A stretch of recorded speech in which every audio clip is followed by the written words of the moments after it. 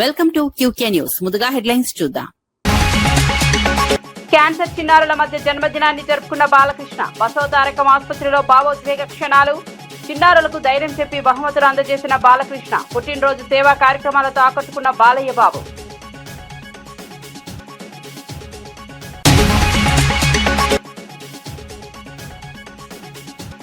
Rajya Sabha nomination వివాదంపై బీజేపీని తప్పుపట్టిన శ్యామల. ప్రజాస్వామ్య విలువలకు విరుద్ధంగా వ్యవహరిస్తున్నారన్న ఎంపీ. ప్రత్యర్థి అభ్యర్థిని అడ్డుకునే కుట్ర జరిగిందన్న ఆరోపణ. ఎన్నికల ప్రక్రియ పారదర్శకంగా ఉండాలని కోరిన శ్యామల.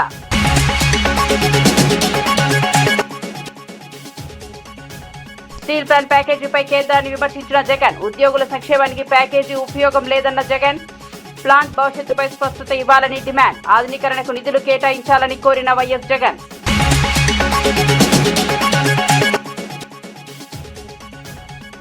పాలమూరు ప్రాజెక్టుపై ప్రభుత్వాన్ని తప్పుపెట్టిన రామచందర్. మూసీ రివర్ ఫ్రంట్ ప్రతిపాదనలపై బీజేపీ అభ్యంతరాలు. ధాన్యం కొనుగోలు కేంద్రాల్లో జాప్యంపై తీవ్ర విమర్శలు. 6 గ్యారంటీల అమలుపై పోరాటం కొనసాగుతుందన్న బీజేపీ.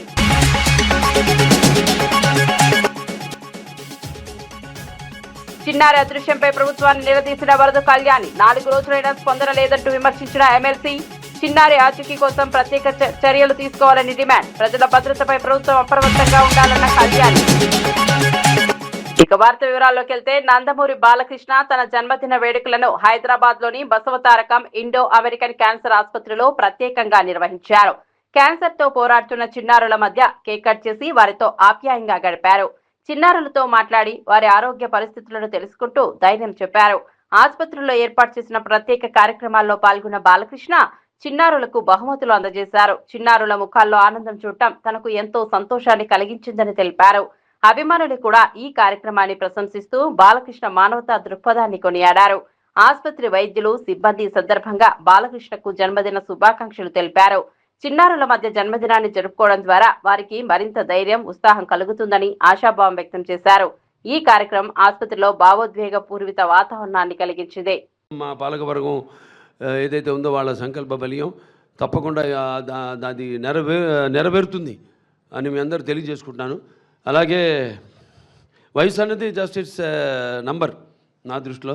అందుకే అంటుంటాను, హిందువులు కూడా అన్నా అంటే उम्र 50 पार है लेकिन शक्ल मेरी 30 की जैसी. मुझे कोई अंकल या चीचा कहा उसकी तो ऐसी की तैसी है नहीं. సో నథింగ్, అందరూ అక్కడ వయసుతో పని లేదు. సో చేసుకుంటూ పోవడమే. ఆ భగవంతుడు ఇచ్చిన అవకాశాన్ని మనం ఉపయోగించుకుంటూ దాన్ని మనం చేతుల్లో ఉంది, ఎంత భగవంతుడి చేతుల్లో ఉండదు. కొంత మమాత్మ సర్వభూతాత్మ అంటాం. మా నాలో ఉన్న ఆత్మే అన్ని జీవరాశుల్లో ఉన్నవి. అందుకే అంటాను నేను, ఆ చార్ల్స్ మెకేది కూడా అప్పుడు కోట్ చేయడం జరిగింది. ఏంటంటే, you have no enemies you say but alas my friend your boast is very poor అని. దే ఆర్ విశాఖపట్నంలోని సెవెన్ హిల్స్ ఆసుపత్రికి చేరుకున్న వైఎస్ఆర్సీపీ అధినేత మాజీ ముఖ్యమంత్రి YS Jaganmohan Reddy Visakha steel plant ప్రమాదంలో గాయపడిన బాధితులను పరామర్శించారు. ఆసుపత్రిలో చికిత్స పొందుతున్న కార్మికులను కలిసి వారి ఆరోగ్య పరిస్థితులను అడిగి తెలుసుకున్నారు. బాధితులకు అందుతున్న వైద్య సేవలపై వైద్యులతో మాట్లాడి పూర్తి వివరాలు సేకరించారు. ప్రమాదంలో గాయపడిన వారికి ధైర్యం చెబుతూ త్వరగా కోలుకోవాలని ఆకాంక్షించారు. బాధితుల కుటుంబ సభ్యులను కలిసి ఓదార్చి వారికి అండగా ఉంటామని భరోసా ఇచ్చారు. ప్రమాదం ఎలా జరిగిందన్న అంశంపై కూడా ఆరా తీశారు. పరిశ్రమల్లో భద్రతా ప్రమాణాలను మరింత కట్టుదిట్టంగా అమలు చేయాల్సిన అవసరం ఉందని అభిప్రాయపడ్డారు. బాధిత కుటుంబాలకు అన్ని విధాల సహాయం అందాలని కోరారు.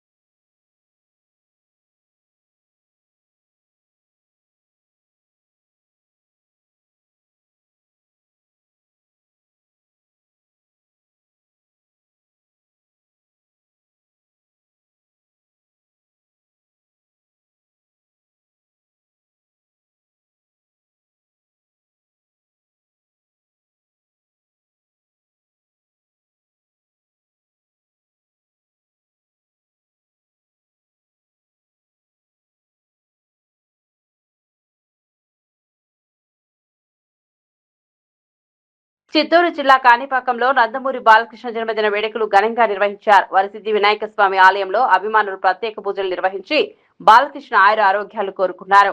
మంత్రి కొల్లు రవీంద్ర ఆధ్వర్యంలో కేక్ కట్ చేసి సంబరాలు నిర్వహించారు. ఈ సందర్భంగా బాలకృష్ణకు జన్మదిన శుభాకాంక్షలు తెలియజేస్తూ ఆయన ప్రజాసేవా కార్యక్రమాలను ప్రశంసించారు.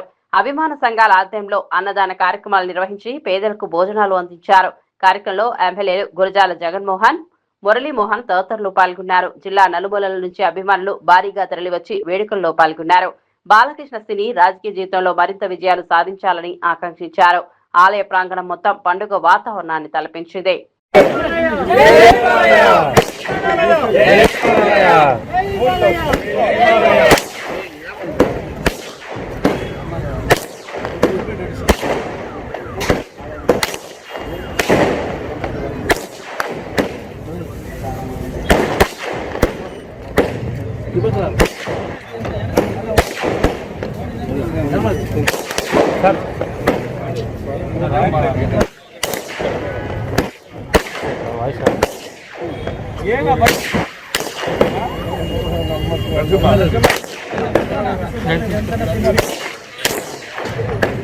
ఓకే సార్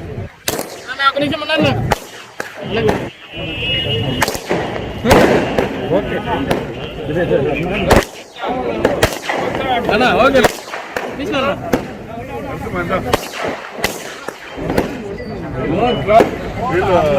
ఎప్పుడు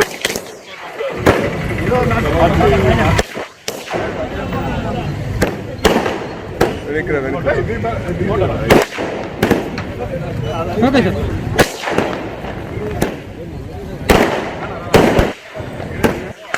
తీసుకున్నాం అవునన్నా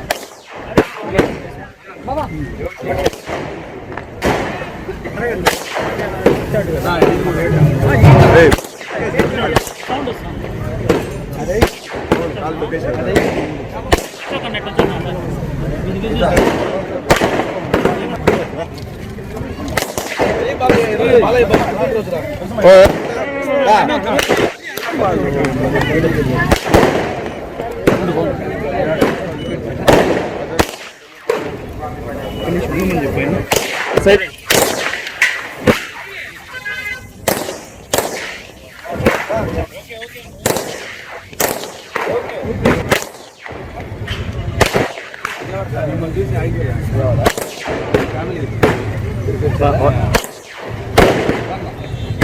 ఫోన్ కొద్దిగా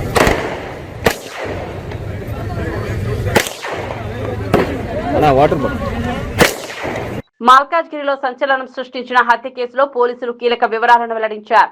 నిందితుడు అరుణ్ తన భార్య నిషారాణిపై అనుమానం పెంచుకుని గన్తో కాల్చి హత్య చేసినట్లు దర్యాప్తులో తేలింది. మొదటి భార్యకు విడాకులు ఇచ్చిన అనంతరం ఆమె చెల్లెలైన నిషారాణిని వివాహం చేసుకున్నట్లు పోలీసులు తెలిపారు. గత 6 నెలల క్రితం అక్రమంగా రివాల్వర్ కలిగి ఉన్న కేసులో అంబర్పేట పోలీసులు అరెస్ట్ చేసి జైలుకు పంపినట్లు వెల్లడించారు. ఇటీవల భార్యపై అనుమానాలు పెరగడంతో తీవ్ర మనస్తాపానికి గురైన అరుణ్ ఈ దారుణానికి పాల్పడినట్లు తెలిపారు. ఘటన అనంతరం పోలీసులు కేసు నమోదు చేసి విచారణ చేపట్టారు. నిందితులను అదుపులోకి తీసుకుని ఆయుధం స్వాధీనం చేసుకున్నారు. కుటుంబ కలహాలు, అనుమానాలు ఎంతటి విషాదాలకు దారితీస్తాయో ఈ ఘటన మరోసారి గుర్తు చేసింది. ఈరోజు మార్నింగ్ 5:30, 6 o'clock మాకు డైరెక్ట్ కాల్ వచ్చేసింది. అందులో మారుతి నగర్లో ఒక ఫైర్ అయిపోయి ఒక లేడీ చనిపోయిందని చెప్పగానే ఇమ్మీడియట్గా మా పెట్రోల్ కారు రీచ్ అయింది. ఆ కన్ఫర్మ్ చేసుకోగానే ఇన్ఫార్మ్ చేసేస్తే ఇన్స్పెక్టర్ సత్యనారాయణ ఇమ్మీడియట్గా రీచ్ అయ్యారు. అతను స్పాట్ చూసిన తర్వాత సీనియర్ ఆఫీసర్లకు ఇన్ఫార్మ్ చేయడం జరిగింది. మీన్వైల్ నేను మా డీసీపీ మల్కాగిరి శ్రీధర్ సార్ అందరూ కూడా మారుతి నగర్ సీన్ ఆఫ్ అఫెన్స్కు రావడం జరిగింది. వచ్చిన తర్వాత అబ్జర్వ్ చేస్తే అక్కడ ఫైరింగ్ అయింది. అక్కడ 3 రౌండ్ల ఎంటీ కార్ట్రిడ్జ్ పడిపోయినాయి. ఫుల్ ఆఫ్ బ్లడ్లో ఉన్నది అమ్మాయి, హెడ్ ఇంజరీ అయి ఉన్నది. తెలుసుకుని భర్త అక్కడ ఏం లేడు. అయితే అరుణ్ వాళ్ళ మదర్ లక్ష్మమ్మ ఆమెను ఎగ్జామ్ చేసేస్తే మార్నింగ్ 5 o'clock అట్లా చప్పుడిని పడింది అత్తమ్మ అన్నట్టు. ఆమె అక్కడ రీచ్ అయ్యేలోపే సౌండ్ వచ్చేసింది. ఆమెకు సౌండ్ విన్నది. ఆమె పోయి చూసేవారిని అక్కడ పడిపోయినది. అరుణ్ అక్కడ పారిపోయినప్పటికీ వెళ్ళాడు. భార్యపై అనుమానం ఉన్నట్టు తెలిసింది. కానీ ఎందుకు ఎక్కడ అనేది ఎగ్జాక్ట్ కాజ్ అనేది మేము అరెస్ట్ చేయగలిగితేనే చెప్పేస్తాము, ఇమీడియట్గా అరెస్ట్ చేస్తాం. దాని గురించి ఒక 3 టీములు ఫామ్ చేశాము. ఎంత తొందరలో పట్టుకుంటూ చేస్తాం. విశాఖ స్టీల్ ప్లాంట్ కు ప్రకటించిన 11,440 కోట్ల ప్యాకేజీపై మాజీ ముఖ్యమంత్రి వైఎస్ జగన్మోహన్ రెడ్డి విమర్శలు చేశారు. ఈ ప్యాకేజీ ఉద్యోగుల సంక్షేమం కోసం కాదని, ఫ్యాక్టరీ భద్రతా ప్రమాణాల పెంపు కోసం కూడా కాదని పేర్కొన్నారు. ప్రధానంగా వీఆర్ఎస్ చెల్లింపులు, బ్యాంకు రుణాలు, జీఎస్టీ బకాయిల పరిష్కారం కోసం ఈ నిధులు కేటాయించారని ఆరోపించారు. కార్మికుల భవిష్యత్తు, ప్లాంట్ ఉత్పాదకత పెంపు, ఆధునీకరణ వంటి అంశాలకు ప్రాధాన్యం ఇవ్వాల్సిందని అభిప్రాయపడ్డారు. విశాఖ ఉక్కు పరిశ్రమల రాష్ట్ర ప్రజల ఆత్మగౌరవానికి ప్రతీక అని పేర్కొన్నారు. ప్లాంట్ భవిష్యత్తుపై ప్రభుత్వం స్పష్టమైన హామీ ఇవ్వాలని డిమాండ్ చేశారు. కార్మికుల సంక్షేమం, ఉద్యోగ భద్రతకు సంబంధించి పూర్తి వివరాలు వెల్లడించాలని కోరారు. పరిశ్రమ అభివృద్ధికి ఉపయోగపడే విధంగా నిధులు వినియోగించాలన్నారు. ప్లాంట్ను నిలబెట్టగలిగే పరిస్థితికి వివరిస్తూ ఏ రకంగా చేస్తే ఈ ప్లాంటు నిలబడగలుగుతుంది అని చెప్పి సలహాలు ఇస్తూ ప్రధానమంత్రి గారికి లేఖ కూడా రాశాం. 9వ తారీఖున లేఖ రాశాం. అదే మాదిరిగా ఫిబ్రవరి 6 కూడా 2వ లేఖ కూడా రాశాం. ఫిబ్రవరి 6 కూడా 2వ లేఖ కూడా రాశాం. ఫిబ్రవరి 6, మార్చ్ 9. అది కూడా చూపించు. 2 లేఖలు ప్రధానమంత్రి గారికి రాశాం. ఫిబ్రవరి 6, మార్చ్ 9. దీని తర్వాత మేలో 2021 మేలో ఏకంగా అసెంబ్లీలో తీర్మానం చేశాం. ఇది అసెంబ్లీలో తీర్మానం చేసిన మినిట్స్. ఎట్టి పరిస్థితుల్లోనూ స్టీల్ ప్లాంట్ను ప్రైవేటైజ్ చేయడం అన్నది అన్యాయము, చేయొద్దండి అని చెబుతూ ఏ రకంగా ఈ ప్లాంట్ను గొప్పగా నిలబెట్టగలుగుతాము, ఏ రకమైన మార్పులు చేర్పులు చేయగలిగితే ఈ ప్లాంటు బ్రహ్మాండంగా నడిచే పరిస్థితి ఉంటుంది అని చెప్పి కూడా వివరిస్తూ సలహాలు కూడా ఇచ్చాం. ఈ సలహాలన్నీ కూడా ఇస్తూ అసెంబ్లీలో తీర్మానం చేసి, therefore the House unanimously resolves to oppose the decision of the Government of India on strategic disinvestment of Government of India's shareholding in RINL Visakhapatnam, along with the management control by way of privatization. Also resolve to request the Government of India to consider the measures suggested by the Honorable Chief Minister of Andhra Pradesh in his letter dated 6th February 2021 and 9th March 2021 to make RINL profitable and remain the pride of Telugu people and the state of Andhra Pradesh. ఈ మాదిరిగా అసెంబ్లీలో తీర్మానాలు సైతం చేసి ప్రైవేటైజేషన్ను అడ్డుకోగలిగాం, ఆపగలిగాం, ఎంప్లాయీస్కు తోడుగా నిలబడగలిగాం. అంతేకాదు ప్రధానమంత్రి గారు విశాఖపట్నం వచ్చినప్పుడు నవంబర్ 12, 2022 సాక్షాత్తు ప్రధానమంత్రి గారి సమక్షంలోనే ప్రైవేటైజేషన్కు ఆపండి అని చెప్పి కూడా ప్రధానమంత్రి గారిని కోరడం కూడా జరిగింది. పబ్లిక్ మీటింగ్లో ప్రధానమంత్రి గారి సమక్షంలోనే. కాకినాడలో చిన్నారి కనిపించకుండా పోయి 4 రోజులు గడిచినా ప్రభుత్వం స్పందించడం లేదని వైఎస్ఆర్సీపీ ఎమ్మెల్సీ వరద కళ్యాణి విమర్శించారు. ప్రజల భద్రత విషయంలో ప్రభుత్వం మరింత అప్రమత్తంగా ఉండాలని సూచించారు. గతంలో మహిళల భద్రతపై తీవ్ర వ్యాఖ్యలు చేసిన నాయకులు ఇప్పుడు ఈ ఘటనపై ఎందుకు మౌనం పాటిస్తున్నారని ప్రశ్నించారు. చిన్నారి ఆచూకీ కోసం ప్రత్యేక బృందాలు ఏర్పాటు చేసి దర్యాప్తు వేగవంతం చేయాలని డిమాండ్ చేశారు. బాధిత కుటుంబ సభ్యులు తీవ్ర ఆందోళనలో ఉన్నారని, వారికి ప్రభుత్వం అండగా నిలవాలని కోరారు. ప్రతి గంట కీలకమని, పోలీసులు అన్ని కోణాల్లో విచారణ చేపట్టాలని సూచించారు. ప్రజల భద్రతా అంశాన్ని రాజకీయాలకు అతీతంగా చూడాలని పేర్కొన్నారు. చిన్నారి క్షేమంగా తిరిగి కుటుంబ సభ్యుల వద్దకు చేరేలా ప్రభుత్వం చర్యలు తీసుకోవాలని విజ్ఞప్తి చేశారు. కాకినాడ జిల్లా తుని మండలానికి చెందిన చిన్నారి జ్ఞానేశ్వరి కనిపించకుండా పోయి 4 రోజులైంది. కనీసం ఈ విషయంలో ప్రభుత్వం పట్టించుకోవట్లేదు, బాధ్యతగా వ్యవహరించట్లేదు. ఒక మహిళా హోంమంత్రి ఎందుకు ఈ విషయం మీద స్పందించట్లేదు అని నేను అడుగుతున్నాను. సీఎం గారు ఎందుకు ఈ సంఘటన మీద సమీక్ష నిర్వర్తించలేదు అని నేను అడుగుతూ ఉన్నాను. అలాగే డిప్యూటీ సీఎం అయిన పవన్ కళ్యాణ్ గారు, తన సొంత జిల్లా ఇది, అతను మంత్రిగా ఉన్న కాకినాడ జిల్లాలో ఎంత పెద్ద సంఘటన జరిగితే ఎందుకు స్పందించట్లేదు? గతంలో అయితే 30,000 మంది అమ్మాయిలు అమ్మాయిలు ఉమెన్ ట్రాఫికింగ్ కి గురయ్యారు అని చెప్పి స్టేట్మెంట్స్ ఇచ్చారు కదా. ముందు మీ సొంత జిల్లాలో ఒక అమ్మాయి కనిపించకుండా పోయి 4 రోజులైంది. దీని మీద స్పందించండి, పోలీసు యంత్రాంగాన్ని అప్రమత్తం చేయండి, ఆ వెతుకులాటని స్పీడప్ చేయండి అని పవన్ కళ్యాణ్ గారిని కోరుతూ ఉన్నాను. అసలు ఈ చిన్నారి కనిపించకపోవడము, వెతకడము అనేది ఒక్క కుటుంబం తాలూకా బాధ్యత కాదు, మొత్తం సమాజము అలాగే ప్రభుత్వ యంత్రాంగం తాలూకా బాధ్యత. 4 రోజులైంది.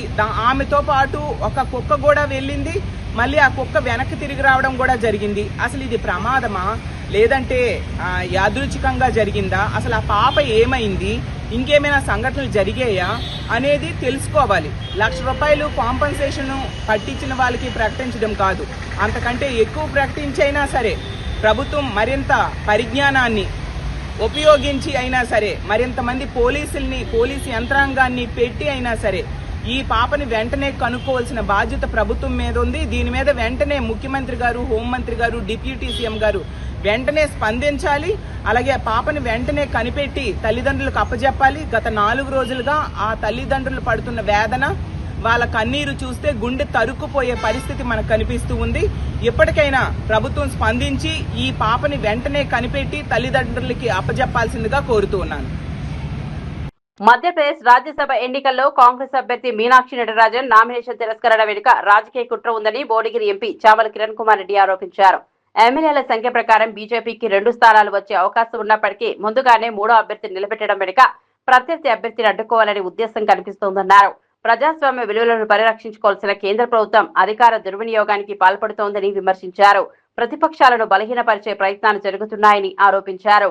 ఎన్నికల ప్రక్రియ పారదర్శకంగా, నిక్షిప్తపాతంగా ఉండాల్సిన అవసరం ఉందన్నారు. ప్రజాస్వామ్య వ్యవస్థపై ప్రజలకు విశ్వాసం కలిగేలా వ్యవహరించాలని కోరారు. ఎన్నికల వ్యవస్థను రాజకీయ ప్రయోజనాల కోసం ఉపయోగించకూడదని సూచించారు. ప్రజాస్వామ్య పరిరక్షణ కోసం అన్ని పార్టీలు కట్టుబడి ఉండాలని చామల అభిప్రాయపడ్డారు. ముఖ్యంగా గతంలో కూడా మీరు చూసిర్రు, బీజేపీ ఎట్టి పరిస్థితుల ఎన్నికలను వాళ్ళ ఖాతాలలో వేసుకోవాలని ఎన్నో రకాల ప్రక్రియలతో ఈ యొక్క స్వతంత్రత ఉన్నట్టు వాళ్ళ రాజకీయ లబ్ధి కోసం వ్యవహారం చేస్తుర్రో ఇది భారతదేశంలో ఈ గత 10 సంవత్సరాల నుంచి పలు సార్లు మనం చూసినటువంటి పరిస్థితి. ముఖ్యంగా నేను ఒక్కటే చెప్పదలుచుకున్నా, ఒకవేళ 3 రాజ్యసభ ఎన్నికలు జరుగుతుంటే మధ్యప్రదేశ్లో కాంగ్రెస్ పార్టీకి 65 మంది ఎమ్మెల్యేలు ఉన్నప్పుడు 58 మంది ఎమ్మెల్యేలతోటి ఒక రాజ్యసభ వచ్చే అవకాశం ఉన్నప్పుడు 3వ రాజ్యసభ అభ్యర్థిగా బీజేపీ ఎట్లా పెట్టింది అనేది ఫస్ట్ క్వశ్చన్. నాకు 3 రాజ్యసభలో 2 బీజేపీకి వచ్చే అవకాశం ఉంది, 1 కాంగ్రెస్కి వచ్చే అవకాశం ఉంది. అంటే బీజేపీకి ఉన్న ఓట్ల ప్రకారము, ఎమ్మెల్యేల ప్రకారము 2 రాజ్యసభలే వస్తాయి. కానీ మొదటి నుంచే 3వ రాజ్యసభను పెట్టి వాళ్ళకున్న కాన్ఫిడెన్స్ ఏంది? ఏ విధంగానైనా కాంగ్రెస్ పార్టీ అభ్యర్థిని పక్క తప్పియాలన్న ఆలోచన ముందు నుంచి ఉన్నట్టుగానే తెలుస్తుంది. ఈ విధంగా ఇంత దౌర్జన్యంగా, ప్రణాళికబద్ధంగా, అక్కడ సబ్జెక్టుకు సంబంధం లేకుండా ఏ విధంగానైతే ఈరోజు ఇంత దౌర్జన్యానికి పాల్పడుతుందో ఎలక్షన్ కమిషన్ ఆఫ్ ఇండియా, ఇప్పుడు 12 గంటలకు వాళ్ళు తీసుకునేటువంటి నిర్ణయాన్ని బట్టి దేశ ప్రజలు ఆలోచించాల్సిన అవసరం ఉంది. ఎందుకంటే దౌర్జన్యం అంటే ఇక రాజకీయాలలో ఏం లేదు, ఇక వేరే ఆలోచన. ప్రతిపక్ష పార్టీలను నిర్వీర్యం చేయడము, ఇటు పార్లమెంట్లో మన ఆమ్ ఆద్మీకి సంబంధించినటువంటి 7 ఎంపీలను తీసుకోవడమే కాదు, ఎక్కడ ఎన్నికలు జరిగినా కానీ ఇట్లా రిజెక్ట్లు చేయడము, ఏ సంబంధం లేకుండా, రూల్స్ పాటించకుండా, ప్రైవేట్ కంప్లైంట్స్ ని ఆధారం చేసుకొని, ఒక ప్రైవేట్ కంప్లైంట్ కి ఏం శాంటిటీ ఉంటుందని అడుగుతున్నా నేను. ఒక ప్రైవేట్ కంప్లైంట్ ని తీసుకొని ఆధారంగా ఈ రోజు తెలంగాణ నుంచి ప్రైవేట్ కంప్లైంట్ ని డిక్లేర్ ఎందుకు చేయలేదని చెప్పి మీనాక్షి నటరాజన్ గారి అప్లికేషన్ ని రిజెక్ట్ చేసినట్టుగా మాకు సమాచారం అందింది. బిఎన్ఎస్ఎస్ సెక్షన్ 233 ప్రకారము ఎట్టి పరిస్థితుల్లో ప్రైవేట్ కంప్లైంట్ అనే దాన్ని ఫామ్ 26 అఫిడవిట్ లో రాయాల్సిన అవసరం లేదనేది రూలు. మరి ఆ రూల్ కి విరుద్ధంగా ఇంత దౌర్జన్యంగా అంటే ఎవరు పట్టించుకోరేనా? నరేంద్ర మోడీ గారు మీకు ఒకటే చెప్తున్నా, ముఖ్యంగా మీరు భారతదేశంలో అత్యధిక కాలము ప్రధానమంత్రిగా ఈ రోజు నుంచి మీరు గతంలో నెహ్రూ గారి రికార్డు బ్రేక్ చేసినా అని సంబరాలు చేసుకుంటున్నట్టు. ఎన్ని సంవత్సరాలు మనం అధికారంలో ఉన్నామని కాదు, ఎంత స్వచ్ఛందంగా, ఎంత ముఖ్యమంత్రి రేవంత్ రెడ్డిపై వ్యక్తిగత విమర్శలు చేయడం సరికాదని ప్రభుత్వ విప్ వేములవాడ ఎమ్మెల్యే ఆది శ్రీనివాస్ అన్నారు. రాష్ట్ర అభివృద్ధి, సంక్షేమమే ప్రభుత్వ ప్రధాన లక్ష్యమని స్పష్టం చేశారు. తెలంగాణకు కేంద్రం నుంచి రావాల్సిన నిధులు, ప్రాజెక్టులు, హామీల విషయంలో బీజేపీ నేతలు తమ బాధ్యతలు నిర్వర్తించడంలో విఫలమయ్యారని విమర్శించారు. రాష్ట్ర ప్రయోజనాల కోసం కేంద్రంపై ఒత్తిడి తీసుకురావాల్సిన నాయకులు రాజకీయ విమర్శలకే పరిమితమవుతున్నారని పేర్కొన్నారు. ప్రభుత్వం అమలు చేస్తున్న సంక్షేమ పథకాలు ప్రజలకు నేరుగా లబ్ధి చేకూరుతున్నాయని చెప్పారు. రాజకీయ ఆరోపణల కంటే అభివృద్ధి అంశాలపై చర్చ జరగాలని సూచించారు. ప్రజల ఆశయాలకు అనుగుణంగా ప్రభుత్వం ముందుకు సాగుతోందన్నారు. తెలంగాణ అభివృద్ధి కోసం అందరూ కలిసి పనిచేయాల్సిన అవసరం ఉందని ఆది శ్రీనివాస్ పిలుపునిచ్చారు.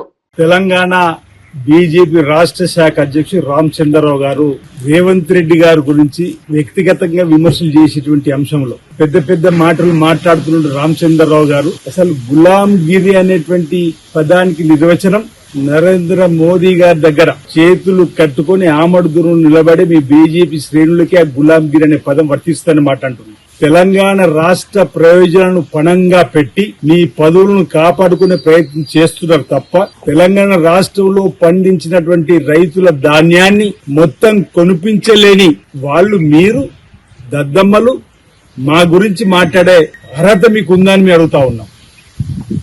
పాలమూరి రంగారెడ్డి ప్రాజెక్టు మొదటి ఏటీఎం రేవంత్ రెడ్డి గారికి అనే మాట నోటికొచ్చినట్టు మాట్లాడే మాటల్లో నిజంగా మీకు చిత్తశుద్ధి ఉంటే దమ్ముంటే ఆ పాలమూరి రంగారెడ్డి ప్రాజెక్టుకు జాతీయ హోదాను తీసుకొని వచ్చి మీరే నిర్మించండి. తెలంగాణ రాష్ట్రంలో ఏ ఒక్క ప్రాజెక్టు కూడా కేంద్రం నుంచి నిధులు తీసుకురావడంలో సఫలం కాలేని వైఫల్య నేతలు మీరా ఈ రోజు మా ముఖ్యమంత్రి రేవంత్ రెడ్డి గారి చిత్తశుద్ధి గురించి మాట్లాడారు. ఈ రోజు మా యొక్క ప్రయాణం తెలంగాణ రాష్ట్ర ప్రయోజనాల కోసం, తెలంగాణ రాష్ట్రంలో ఉన్నటువంటి సంక్షేమాన్ని ఓవైపు అభివృద్ధిని మరోవైపు పరిగెత్తించే విధంగా ప్రయత్నం చేస్తున్నటువంటి సందర్భంలో అటు తెలంగాణ నుంచి ఉన్నటువంటి ఇద్దరు మంత్రులు కిషన్ రెడ్డి గారి వైఫల్యం, బండి సంజయ్ గారి వైఫల్యం కొట్టొచ్చినట్టు కనిపిస్తున్నా 8 మంది ఎంపీలను గెలిపించి పంపిస్తే ఢిల్లీలో కాలక్షేపానికి కబుర్లు చెప్పుకోవడానికి క్వార్టర్లో ఉన్నటువంటి ప్రయత్నం చేస్తూ తప్ప ఏ రోజైనా తెలంగాణ రాష్ట్ర ప్రయోజనాల కోసం, తెలంగాణ రాష్ట్ర రైతాంగ ప్రయోజనాల కోసం మీరు ప్రయత్నం చేసి తుమ్మడిహట్టి ప్రాజెక్టును మొదట వ్యతిరేకించింది కాంగ్రెస్ ప్రభుత్వమేనని మాజీ ఎంపీ బోయిన్పల్లి వినోద్ కుమార్ గుర్తు చేశారు. 2013లో మహారాష్ట్ర కాంగ్రెస్ ముఖ్యమంత్రి పృథ్వీరాజ్ చవాన్ అధికారికంగా అభ్యంతరం తెలిపారని పేర్కొన్నారు. ఆ సమయంలో కేంద్రంలో, మహారాష్ట్రలో, ఉమ్మడి ఆంధ్రప్రదేశ్ లో కాంగ్రెస్ ప్రభుత్వాలే ఉన్నాయని గుర్తు చేశారు. ఇప్పుడు తుమ్మడిహట్టి అంశంపై కాంగ్రెస్ నేతలు చేస్తున్న వ్యాఖ్యలు ప్రజలను తప్పుదోవ పట్టించే ప్రయత్నమని విమర్శించారు. తెలంగాణ సాగునీటి అవసరాల కోసం కాళేశ్వరం ప్రాజెక్టు ఎంతో కీలకమని స్పష్టం చేశారు. రాష్ట్ర ప్రయోజనాల విషయంలో రాజకీయ ఆరోపణలకు తావులేదన్నారు. గతంలో తీసుకున్న నిర్ణయాలను ప్రజలు మర్చిపోలేదని వ్యాఖ్యానించారు. తెలంగాణ అభివృద్ధి కోసం అమలు చేసిన ప్రాజెక్టులను వక్రీకరించడం సరికాదని చెప్పారు. మహారాష్ట్రలో ఉన్నది కాంగ్రెస్ ప్రభుత్వం. అక్కడ మరి పృథ్వీరాజ్ చౌహాన్ గారు ముఖ్యమంత్రి గారు, ఇక్కడ కిరణ్ కుమార్ రెడ్డి గారు అప్పుడు ముఖ్యమంత్రి. వారు స్వయంగా లేఖ రాసిండ్రు. పృథ్వీరాజ్ చౌహాన్ గారు 15 అక్టోబర్ 2013లో లెటర్ రాసిండు. ఏం రాసిండు? ఈ ప్రాజెక్టును మీరు ఆలోచన చేసి నిర్మిస్తున్నారు, దీంట్లో 152 మీటర్ల ఫుల్ రిజర్వాయర్ లెవెల్లో నిర్మిస్తే దాదాపు మా గ్రామాలు 22 గ్రామాలు మునుగుతాయి. చంద్రాపూర్లో 8 గ్రామాలు, గడిచొరిలో దాదాపు 2000 పైచిలుకు హెక్టార్ల భూమి మునిగిపోతుంది. ఎట్టి పరిస్థితుల్లో మేము అనుమతి ఇవ్వము అని చెబుతూ మీరు ఈ హైట్ మీద 152 మీటర్ల హైట్తోని తుమ్మడిహట్టి దగ్గర మీరు టెండర్లు పిలుస్తున్నారు, కాంట్రాక్ట్లు ఇస్తున్నారు, అనుమతులు లేకున్నా మీరు పనులు చేస్తున్నారు. కాబట్టి ఈ పనులన్నిటి కూడా ఆపండి. మేము ఎట్టి పరిస్థితిలో 152 మీటర్ల ఎత్తున నిర్మించడానికి పర్మిషన్ ఇవ్వము అని చెప్పింది మహారాష్ట్రలో ఉన్నటువంటి కాంగ్రెస్ ప్రభుత్వం. ఒక ముఖ్యమంత్రి, మహారాష్ట్ర ముఖ్యమంత్రి, ఆనాటి సమైక్య ఆంధ్రప్రదేశ్ ముఖ్యమంత్రి కిరణ్ కుమార్ రెడ్డికి రాసి ఇది ఆపేసేయ్, దెబ్బన నువ్వు పనులు చేస్తే అవి నీకే నష్టము, ఎట్ యువర్ ఓన్ రిస్క్ అని చెప్పి ఆయనే లేఖలో స్పష్టంగా చెప్పిండు. ఇది అన్ఫ్రూట్ఫుల్ ఎక్స్పెండిచర్, పనికి మాలిన ఖర్చు అని చెప్పి కూడా కాంగ్రెస్ ముఖ్యమంత్రి తుమ్మడిహట్టి దగ్గర కట్టద్దని చెప్పి కాంగ్రెస్ ముఖ్యమంత్రి కిరణ్ కుమార్ రెడ్డి గారికి లేఖ 2013లో రాసిండు. కేంద్రంలో కూడా కాంగ్రెస్ ప్రభుత్వం, మన్మోహన్ సింగ్ గారు, ఇది మేము చాలాసార్లు చెప్పినాం. మా హరీష్ గారు 100 సార్లు చెప్పిండి ముచ్చట. కేసీఆర్ గారు ఉపన్యాసాల్లో చెప్పిండ్రు. ప్రజలకు తెలుసు ఎవరిని మోసం చేయదలుచుకున్నది ఈనాటి కాంగ్రెస్ ప్రభుత్వం, రేవంత్ రెడ్డి గారి నాయకత్వాన. ప్రభుత్వాలు, పార్టీలు మారుతాయి కానీ ప్రభుత్వం మారదు. పరిపాలకులు మారుతారు కానీ ప్రభుత్వాలు మారవు. ప్రభుత్వం ఈజ్ ఏ కంటిన్యూస్ ప్రాసెస్. ఆ రోజు కిరణ్ కుమార్ రెడ్డి ఉంటే తర్వాత కేసీఆర్ గారైనరు, తర్వాత ఇవాళ రేవంత్ రెడ్డి గారైనరు. వ్యక్తులు మారుతారు కానీ ప్రభుత్వం ఒకటే ప్రభుత్వం నడిచేది. ఎవరిని మోసం చేయడానికి ఇలా కాంగ్రెస్ బీజేపీ వాళ్ళు రోజు ఒకరి మీద ఒకరు ఆరోపణలు చేసుకుంటే పత్రికలని ప్రముఖంగా రాస్తున్నాయి. రంగారెడ్డి ఎత్తిపోతల వద్దగా మూసీ రివర్ ఫ్రంట్ ప్రాజెక్టులపై బీజేపీ రాష్ట్ర అధ్యక్షుడు రామచంద్రరావు తీవ్ర విమర్శలు చేశారు. ఈ ప్రాజెక్టులను ప్రభుత్వం ప్రజా ప్రయోజనాల కంటే ఇతర ప్రయోజనాల కోసం వినియోగిస్తోందని ఆరోపించారు. మూసీ అభివృద్ధికి తమకు వ్యతిరేకత లేదని, కానీ గాంధీ సరోవర్ ప్రతిపాదనపై అభ్యంతరం ఉందన్నారు. ధాన్యం కొనుగోలు కేంద్రాల నిర్వహణ రాష్ట్ర బాధ్యత అని గుర్తు చేశారు. దేశంలో కొనుగోలు అయ్యే ధాన్యంలో సగానికి పైగా తెలంగాణ నుంచే వస్తోందని పేర్కొన్నారు. పంట దిగుబడుల అంచనాల్లో ప్రభుత్వం విఫలమైందని ఆరోపించారు. కొనుగోలు కేంద్రాల ప్రారంభంలో జరిగిన జాప్యం రైతులకు ఇబ్బందులు కలిగించిందన్నారు. ప్రజలకు ఇచ్చిన 6 గ్యారంటీల అమలుపై బీజేపీ పోరాటం కొనసాగిస్తుందని స్పష్టం చేశారు. రైతు సమస్యల పరిష్కారంపై ప్రభుత్వం దృష్టి పెట్టాలని సూచించారు. వాళ్ళు మమ్మల్ని ఆరోపణ చేస్తున్నారు. మీ ఆరోపణలు తీసుకొని సిద్ధంగా ఉన్నాం. దాంట్లో మార్పులు చేయడానికి మేము రికమెండేషన్ అడుగుతున్నాం. ఎక్కడో చోట పొరపాటు జరిగినవచ్చు, నేను జరగలేదని అనట్లేదు. ఆ పొరపాటు ఎందుకు జరిగింది, ఎట్లా జరిగింది, దాని మీద ఎంక్వైరీ జరుగుతుంది. ఇంకా రాబోయే రోజుల్లో ఏ విధంగా ఫుల్ ప్రూఫ్ ఎగ్జామినేషన్ పెట్టాలనే ఆలోచన చేయాలి. కానీ ఈ టైంలో మనం విద్యార్థులు రెచ్చగొట్టి వాళ్ళ జీవితాలతో ఆడుకొని రాజకీయంగా వాడటం అనేది ప్రభుత్వం మీద కానీ మినిస్టర్ మీద కూడా ఇది తప్పు అని నేను అంటున్నాను. Thank you.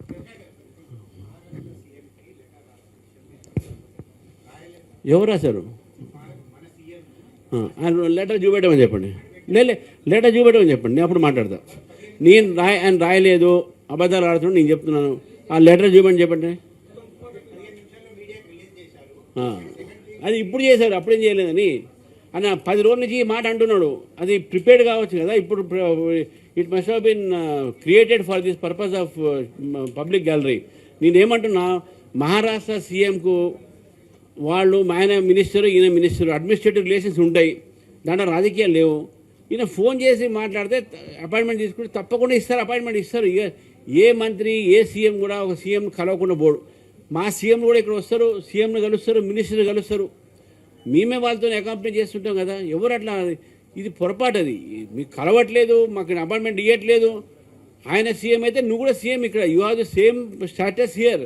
Will respect your chair as a CM. మా తెలంగాణ సీఎంకు మహారాష్ట్ర సీఎం ఇవ్వట్లే అనేది అట్లా ఉండదు. డెఫినెట్గా he will give. And Devendra Fadnavis is a very nice man. He has human approach in him. ఎప్పుడు కూడా ఎవరిని ఇన్సల్ట్ చేయడు, అట్లా లేదు. ఆయనకు చెప్పంటే లేకుండా నేను తీసుకుపోతా ఆయన దగ్గరికి. సిన్సియర్గా ఆయన ఉండడంటే, if I will take him to Maharashtra CM if he so much sincerely is interested, will go. సరే వాళ్ళు ఏం మాట్లాడతారో తర్వాత సంగతి. But I'm here to say that he will get appointment. He is not sincerely trying for appointment. గతంలో same KCR కూడా ఇట్నే మాట్లాడాడు, మరి ఈయన కూడా ఇట్నే మాట్లాడుతున్నాడు. ఆయనకు పడే గతి ఈయనకు పడుతుంది ఇప్పుడు.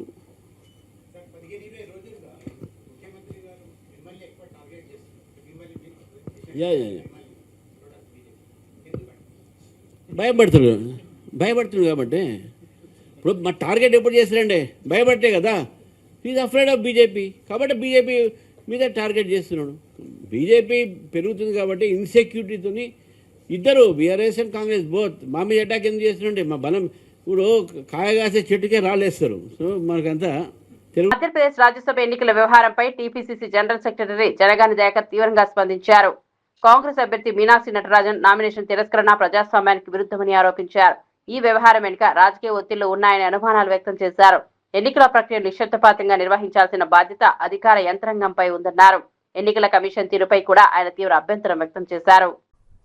నిన్న జరిగినటువంటి మధ్యప్రదేశ్ రాజ్యసభ ఎన్నికల్లో మీనాక్షి నటరాజన్ గారు కాంగ్రెస్ పార్టీ అభ్యర్థి నామినేషన్ తిరస్కరించడం అనేది చాలా సిగ్గుచేటు.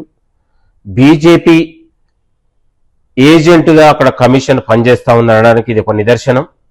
కాబట్టి భారత ఎన్నికల కమిషన్ జోక్యం చేసుకోవాలి. తక్షణం అక్కడ ఉన్నటువంటి ఎన్నికలను రద్దు చేసి మధ్యప్రదేశ్ ఎన్నికల రాజ్యసభ ఎన్నికలను తక్షణం నిర్వహించాలని కూడా కోరుతా ఉన్నాం. అక్కడ మధ్యప్రదేశ్ ఎన్నికల కమిషన్ కాకుండా బీజేపీ కమిషన్గా పనిచేస్తుంది, బీజేపీ ఏజెంట్గా పనిచేస్తుంది. కాబట్టి భారతదేశంలో భారతీయ జనతా పార్టీ రాజ్యాంగ హక్కుల్ని కూని చేసి ప్రజాస్వామ్యాన్ని హత్య చేసే విధంగా వ్యవహరిస్తూ ఉందా అనడానికి ఇది ఒక నిదర్శనం అని కూడా ఈ సందర్భంగా చెప్పుకోవచ్చు. కాబట్టి Madhya Pradesh BJP has destroyed democracy. The Modi government must take responsibility. The election commission has become an agent of ఇవాళ బీజేపీ పార్టీ. కాబట్టి తిరిగి ఎన్నికలు నిర్వహించాలని కూడా మేము డిమాండ్ చేస్తా ఉన్నాం.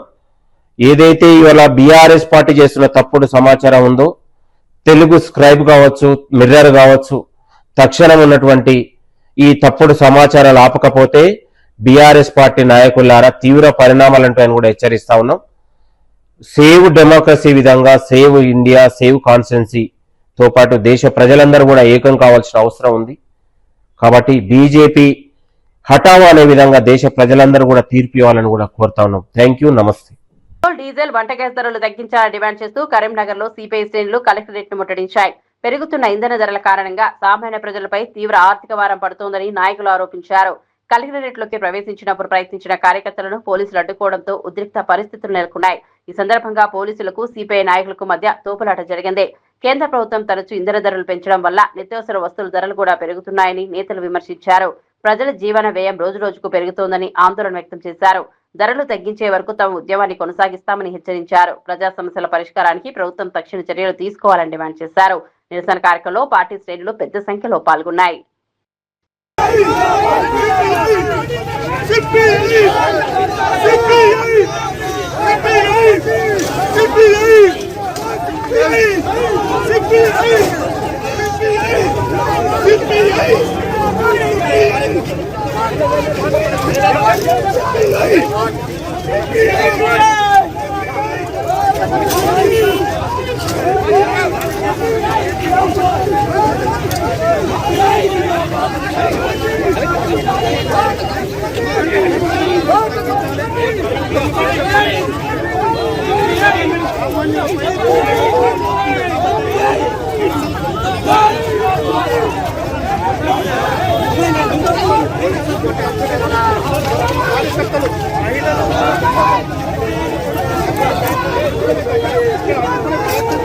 పోలీసులు కూడా భారీగా మోహరించడం జరిగింది.